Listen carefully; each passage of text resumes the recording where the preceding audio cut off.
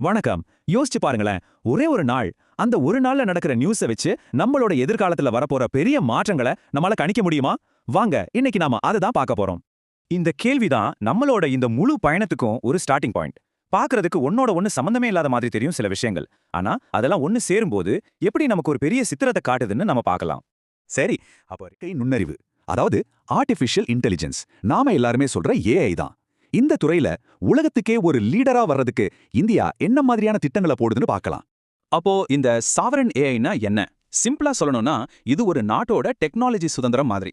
அதாவது ஏஐ டெக்னாலஜிக்காக வேற எந்த நாட்டையும் சார்ந்து இல்லாம தனக்கு தேவையானதை தானே உருவாக்கிக்கிற திறன் தான் அது. ஒரு முழுமையான தற்சார்பு நிலை. இங்க தான் இந்தியா ஒரு செம ஸ்மார்ட்டான மூவ் பண்ணுது. ஏஐக்கு வெறும் சாஃப்ட்வேர் மட்டும் போதாது, அதை ரன் பண்றதுக்கு பவர்ஃபுல்லான ஹார்ட்வேரும் வேணும் இல்லையா?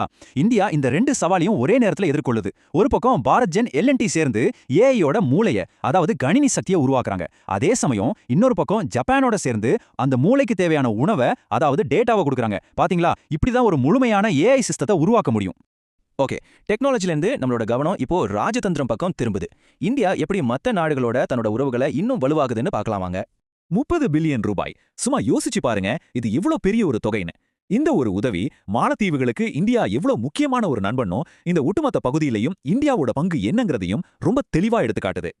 இந்த கரன்சி ஸ்வாப் அப்படின்னா என்னன்னு நீங்க கேட்கலாம். ரொம்ப சிம்பிள். இது ஒரு தற்காலிக பண பரிமாற்றம் மாதிரி தான். உதாரணத்துக்கு, இந்தியா மாலத்தீவுகளுக்கு டாலர் கொடுக்கும், பதிலுக்கு அவங்களோட கரன்சியை வாங்கிக்கிடும். இதனால என்ன ஆகும்னா, மாலத்தீவுகளுக்கு திடீர்னு ஏற்படுற டாலர் தட்டுப்பாடு சரியாயிடும்.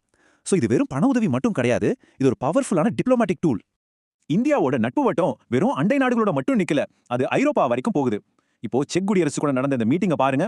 இந்தியா குளோபல் லெவல்ல தன்னோட பார்ட்னர்ஷிப்பை எவ்வளவு சீரியஸா எடுத்துக்குதுங்கிறதுக்கு இது ஒரு சூப்பரான உதாரணம். சரி, இப்ப பூமியில இருந்து நாம நேரா விண்வெளிக்கு போக போறோம். ரிஸ்க்கும் அதிகம், ஜெயிச்சா கிடைக்கிற ரிவார்டும் அதிகம்னு சொல்ற இந்த ஸ்பேஸ் உலகத்துல வெற்றிக்கும் தோல்விக்கும் நடுவுல இருக்கிற அந்த சின்ன நூலிழையை நம்ம பார்க்கலாமா? முதல்ல ஒரு பிரம்மாண்டமான வெற்றி. நாசா $4 பில்லியன் செலவுல உருவாக்கின இந்த ரோமன் ஸ்பேஸ் டெலிஸ்கோப், இது நம்ம பிரபஞ்சத்தோட மர்மமான டார்க் மேட்டர், டார்க் எனர்ஜி பத்தின ரகசியங்களை நமக்கு சொல்ல போகுது. உண்மையிலேயே மனித அறிவோட அடுத்த கட்ட பாய்ச்சல் இது. ஆனா அதே சமயத்துல இன்னொரு பக்கம் ஒரு தோல்வி. ப்ளூ ஆரிஜின் கம்பெனியோட நியூ கிளென் ராக்கெட் ஒரு சின்ன இன்ஜின் கோளாறுனால சேட்டலைட்டை சரியான சுற்றுப்பாதையில நிறுத்த முடியாம ஃபெயில் ஆயிடுது. இதுதான் ஸ்பேஸ் எக்ஸ்ப்ளோரேஷன். இங்க வெற்றிக்கு எந்த கேரண்டியும் கிடையாது. சரி, ஸ்பேஸ்ல இருந்து மறுபடியும் பூமிக்கு லேண்ட் ஆகும். இங்க நம்ம ஊர்ல பிசினஸ், பேங்கிங், உலகத்துல என்னென்ன அதிரடியான மூவ்ஸ் நடக்குதுன்னு ஒரு ரவுண்ட் போயிட்டு வரலாம். நம்ம ரிசர்வ் வங்கி எப்படி ஒரு டைட்ரோப் வாக்கர் மாதிரி பேலன்ஸ் பண்றாங்கன்னு பாருங்களேன். மார்க்கெட்டோட நிலவரத்துக்கு ஏத்த மாதிரி ஒரு பக்கம் சட்டத்திட்டங்களை டைட் பண்றாங்க, அப்புறம் தேவைப்படும் போது கொஞ்சம் தளர்த்துறாங்க.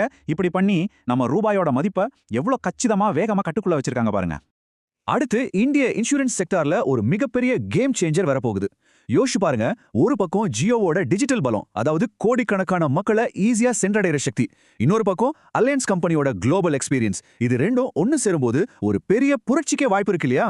சரி, இதுவரைக்கும் டெக்னாலஜி, பிசினஸ்னு பார்த்தோம்.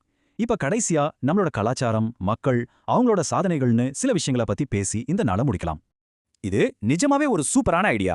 நம்ம நாட்டோட பாரம்பரியமான வந்தே மாதரம இன்னைக்கு ஜெனரேஷன் யூஸ் பண்ற ரீல்ஸ், ஏஐ ஃபில்ம்ஸ் மாதிரியான புது டெக்னாலஜியோட கனெக்ட் பண்றாங்க. இதனால இளைஞர்களை நம்மளோட வரலாறு பக்கம் ரொம்ப ஈஸியா இழுக்க முடியுது. அண்ட் ஃபைனலி, இந்த நாள் நமக்கு கத்துக் கொடுக்கிற கடைசி விஷயம் இதுதான். சக் தே ஃபட்டேன்னு நாம இன்னைக்கு சும்மா சொல்ற ஒரு வார்த்தைக்கு பின்னாடி இவ்வளவு பெரிய ஒரு வரலாறு இருக்குன்னு பாத்தீங்களா? நாம இன்னைக்கு பார்த்த ஏஐ, டிப்ளமசி, ஸ்பேஸ், எக்கனாமி, இது எல்லாமே இப்படிதான். இன்னைக்கு நாம பார்க்கிற ஒவ்வொரு சின்ன விஷயமும் நேற்றைய தொடர்ச்சி, நாளைய ஆரம்பம். இந்த ஒரே ஒரு நாள் எதிர்காலம் எப்படி உருவாகுதுன்னு நமக்கு ஒரு குட்டி ஜன்னலை திறந்து காட்டின மாதிரி இருக்கு. இதை பத்தி நீங்க என்ன நினைக்கிறீங்க?